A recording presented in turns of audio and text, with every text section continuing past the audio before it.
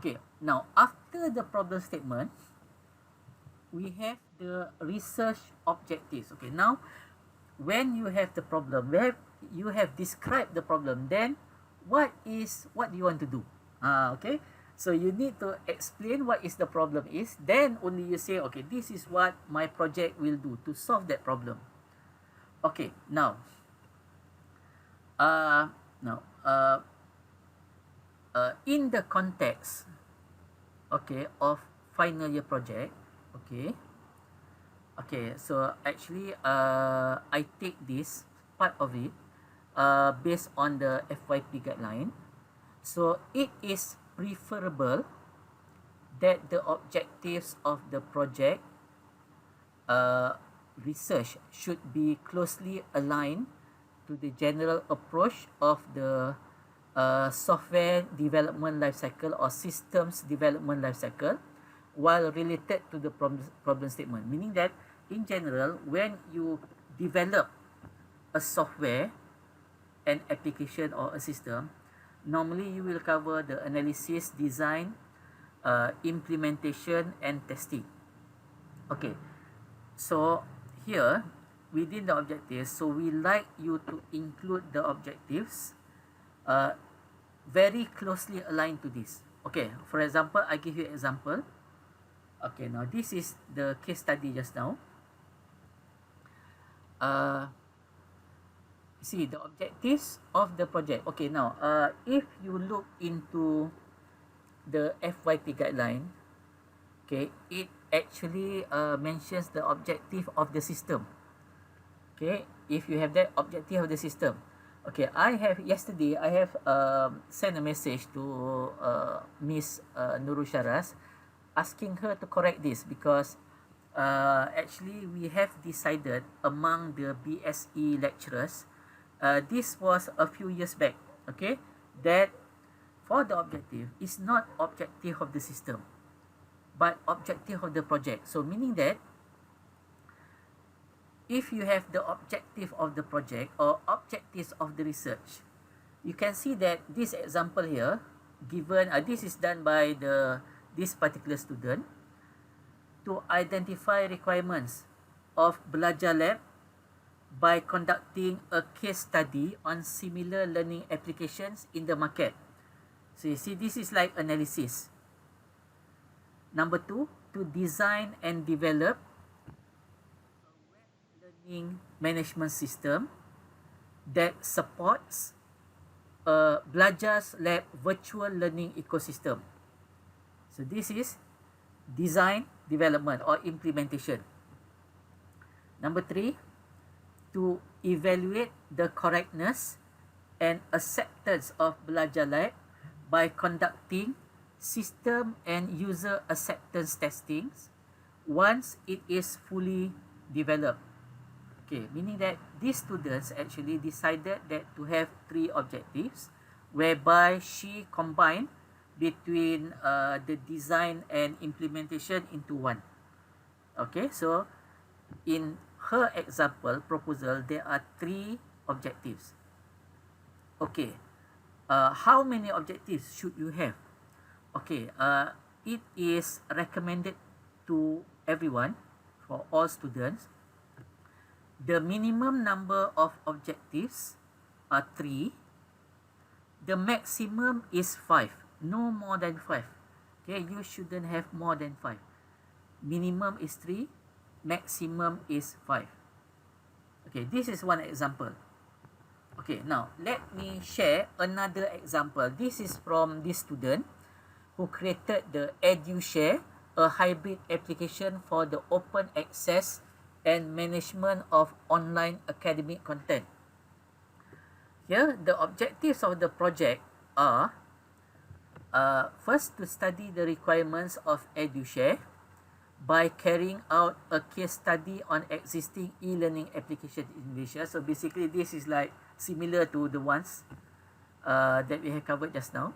To carry out the design and development of a hybrid application for the open access and management of online academic content. And number 3, to assess the acceptance and correctness of EduShare by carrying out system testing and user acceptance testing after the development completed. Okay, you can see that you see that when I highlighted the red, the font in red, this is very closely aligned to the SDLC.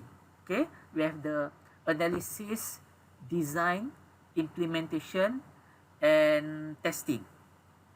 And at the same time, each of these objective relates to the problem statement or relates to what the students want to create. For example, here in this case, he is actually studying existing e-learning application, because this is like open access and management of online academic content. Is related to learning and so on. He actually studies this related to the topic. Okay, to carry out design development, okay, hybrid application, open access. You see, it relates to the title itself, not just saying to carry out the design of the development of the system. Okay, there are some students quite lazy. Number one, to study the requirements of the system. Number two, to carry out the design of the system. Number three, to actually implement the development of the system. Number four, to test the system. 1, 2, 3, 4. Okay, although it covers the basic cycle, but it's not a good way of writing objective, because it does not related to your title itself. Just system. Anyone can copy and paste, put this in some other research, and it's true. So that's not good. So you must at the same time highlight the process, and it must relate to what you are doing, okay, for your title. Okay, so this is, you can see that this is how we write the objectives. Okay, now these are several examples that I consider not preferable. I'm not saying that it is wrong, okay, because if you look into previous thesis, many like this. This is actually, I've taken this from previous thesis. It's not preferable. It's not good, okay, because it focuses on the system. For example, the objective of the system are to create a proper, this is one example, another example, to create a proper medium for school bus companies to promote their business, to automate the system management, to implement cashless technology among school bus companies. Okay, this is what the system does. Okay, but in a project, remember, when we have the research objective or project objective, it is the objective of the project, not the objective of the outcome of the project. In this case, the objectives of the system is the outcome. What does the outcome do? Okay, it does this.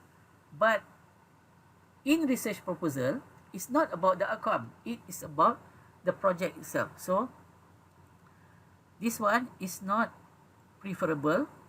And there is a note at the bottom here. What the system is expected to do can be or will be better described in the scope of project. So we have another section, scope of the project.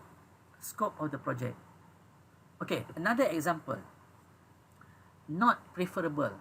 The objectives of the system are to provide a convenience management system for property owners. You see, how can a system provide a system? Yeah, objective of this are to provide a convenience management system. System cannot provide a system. Okay, see, to provide tenants with an easy to use platform to manage their units and interact with their landlords.